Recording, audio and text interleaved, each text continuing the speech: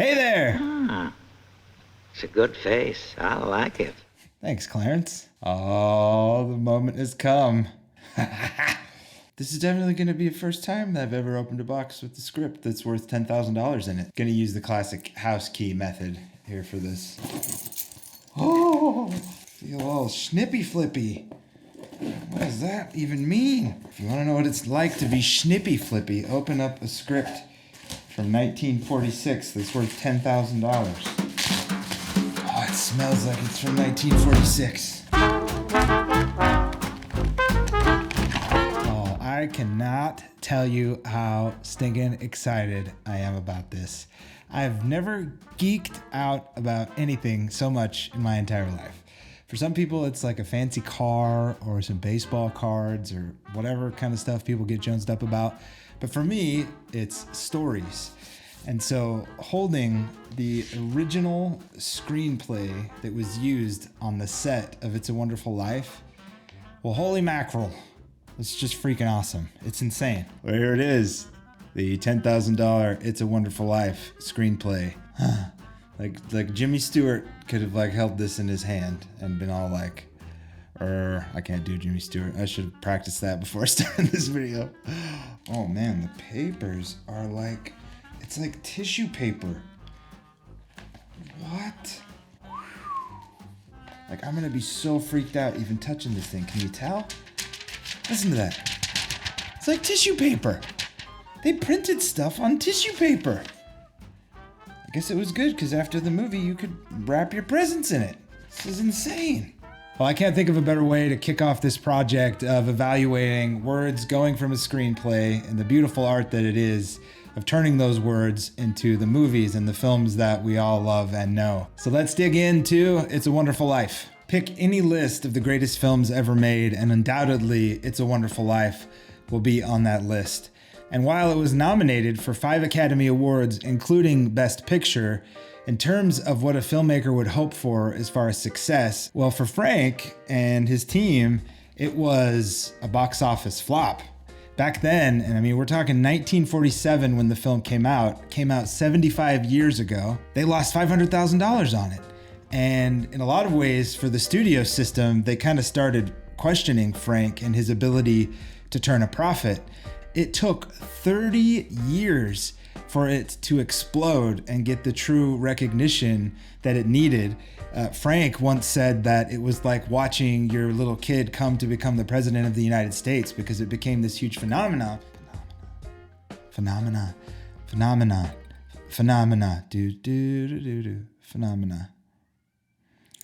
It just became this huge thing.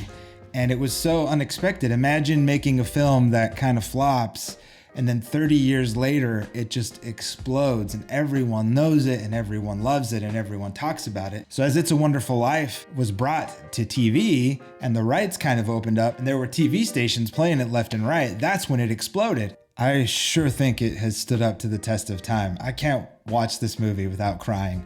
Judge me all you want, man. I cried. I cry every time, okay? Fade in, night sequence. Series of shots of various streets and buildings in the town of Bedford Falls. So the script leaves this pretty open to the editor and the director to basically collect a bunch of scenes of Bedford Falls and make that look cool in the editing room, which, they did. It doesn't say anything about the Bedford Falls sign here, but that's how it starts. As much as I would love to, I would go through every single word of dialogue and compare it to what's on the screen and just geek out over it. But I want to try and just give you these little tiny nuggets of things that I found beautiful and fun. Otherwise, this video is going to be like 4 hours long.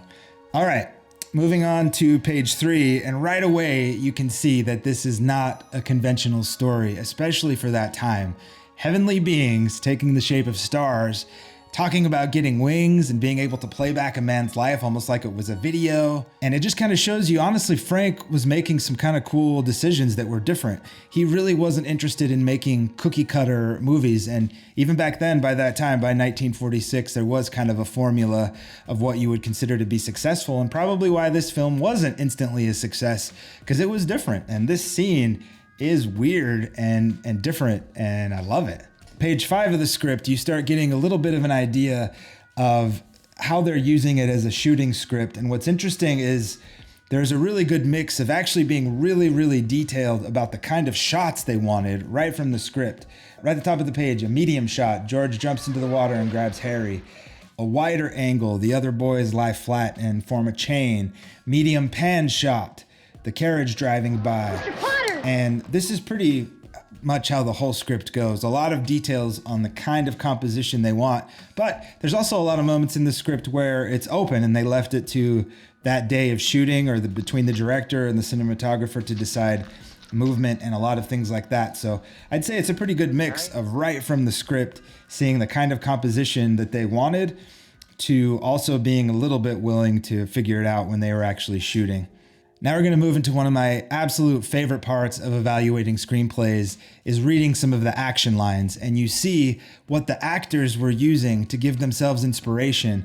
And sometimes, honestly, what you read in the action line of a screenplay is poetry, and we only see it and experience it in the film, and the good actors will pull that in. But reading it and seeing what the actors had and what they were using is just fun. And this particular line is one of my favorite ones in this script, just because it has a lot of who George is until kind of his breaking moment in his life. We have the boyhood George here behind the soda fountain counter, serving Violet and Mary, and this is what's going on in George's head. Help me down. Help you down. George regards the two of them with manly disgust. They are two kids to him and a nuisance. Say, brainless. Isn't that just awesome? And really, that describes who George is. Don't you know where coconuts come from? Because his dreams are what is coming first. He wants to get out of the town. He wants to travel. He wants to make $1 million. Hot dog. Hot dog. That's who he is. And girls and really anything else are just a waste of time. He's trying to get where he wants to go, and nothing is going to stop him. He has that moment with Mary where it's kind of fun and things, and he lets his guard down a little bit. But in that moment, like, he's on his way out of town. She's not stopping him. It's just kind of fun. He still has this general feeling of overall manly disgust towards women and towards the idea of marriage and all of that, because he's got things he wants to do, and they're a nuisance. Here's another really beautiful action sequence to evaluate from the story. This is right after George reads the telegram that Mr. Gower's son has passed away, and it shows George's character. Yeah, girls are a nuisance to him, but George is truly a good kid and grows up to be a good man, and really the kind of man that his dad is, where he puts others first and he cares about people as much as he has his own dreams. So right here, look, it says, he reads that telegram and it says, a goodness of heart expresses itself in a desire to do something for Gower. He immediately wants to help Mr. Gower. His son has just died. And that right there establishes this goodness. And you see him here trying to look out for Mr. Gower and do whatever he can for Mr. Gower. And I've seen a lot of filmmakers debate the save the cat method, whether or not you should follow it, whether or not it's worthwhile.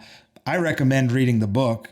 It's always good to educate yourself, and there's always things you can pull out of it. Doesn't mean it has to be doctrine for you.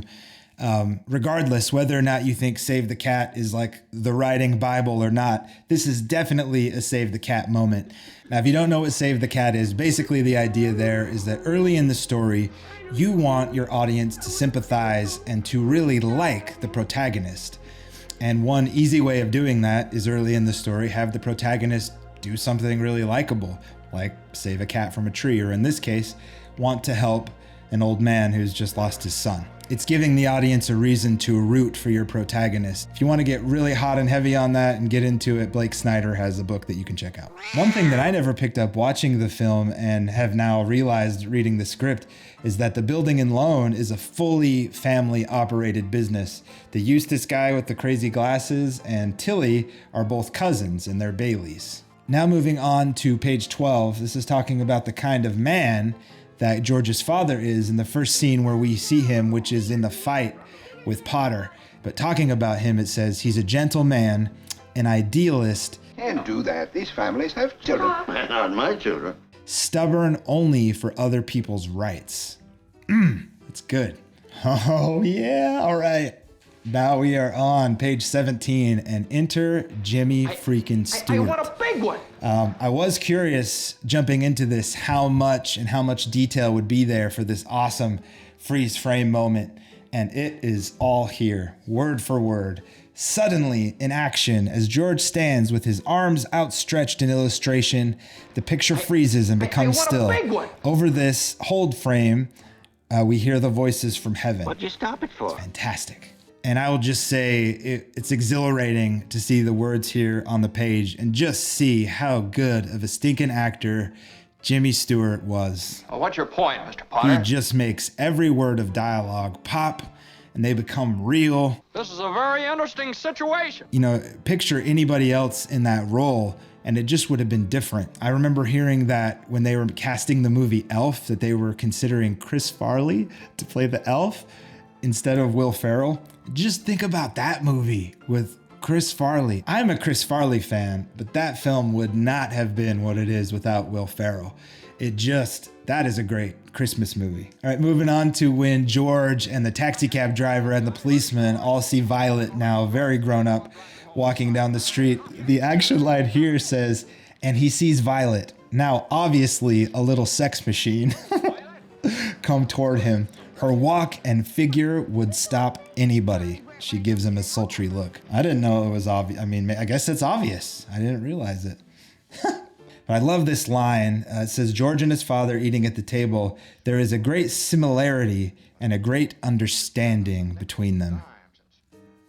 Yeah, you feel that in that scene? I get it. Every single page of this screenplay, I find things that I just love, and then I compare it to what's on the screen. It just makes me love it even more. And page 61 is just one of those where things are starting to get heated a little bit more between that moment of George's breaking point of really Mary just being this girly nuisance to him and him giving into the fact that he really does love her. Just great writing. And I think Mary calling up to her mom and saying, he's making violent love to me, mother. It's just hilarious. Then when he does finally cave in is on page 66. And I think it's kind of beautiful how it explains it in the script here. It says, he pulls her into him in a fierce embrace. Two meant for each other find themselves in tearful ecstasy. All right, so they get married and we jump into the future and we see that they are building the Bailey Park. Just these little tiny details are kind of cool. It explains how George was building houses in Bailey Park. And it says in the script, page 84, a district of small houses, not all alike, but individual. And I don't know about you, and you're driving through some of these newer developments. That's one of the things that drive me the most batty. Feels like you're like living like on this grid and every house is exactly the stinking same. The ones where you drive through and they do look a little bit different and individual, and they're not all like cookie cutter houses. And that's kind of a good analogy for what George wants for people, right? He doesn't want this crappy life for them, and he's willing to sacrifice his own paycheck and give these people good houses that are individuals just like they are. Then finally, all of George's success is it's just eating away at Potter, which that line I love. It says in the action sequence, as they shake hands, George feels physical revulsion. Potter's hand feels like a cold mackerel to him, and he knows he could never be associated with this man. Here's another fantastic little bit of comedy that is nowhere to be found on the screenplay. Just this little tiny detail of this spit that is so funny. And then, poor Uncle Billy and his sad state of affairs. And would you get a load of this squirrel? Has Willy Wonka trained this squirrel? I mean, was that a job in the 40s? This squirrel goes up and comforts Uncle Billy. I mean, geez. Are there squirrel trainers today? I could Google that, but I'm not going to. Well, Uncle Billy lost that dang money, didn't he? Nobody ever finds out that it was Potter that had it, the flippin' jerk. See, here's an action line that is really fantastic, talking about George's frame of mind. And again, it's one of those things that until you read it here, it's just something that Jimmy is doing. And this is that moment where he's telling off the teacher, and he's now telling off the teacher's husband, and his wife Mary is grabbing him. And it says she puts a restraining hand on his arm and he shakes it off. She cannot know that George's tirade against Miss Welch is really a tirade against the world, against life itself, and against God. So George has already, he's just gone. He can't take it anymore, and he can't believe what he's done to his children, and him leaving that's why he leaves. He just can't take watching his children suffer anymore. And things get only worse. I'm going to swear out a warrant for your arrest. He heads to the bridge. I think things like this too, right? Like this part of the film, in a lot of ways, is a really kind of a dark, sad thing. And it's a reality in our world today, and it was a reality then.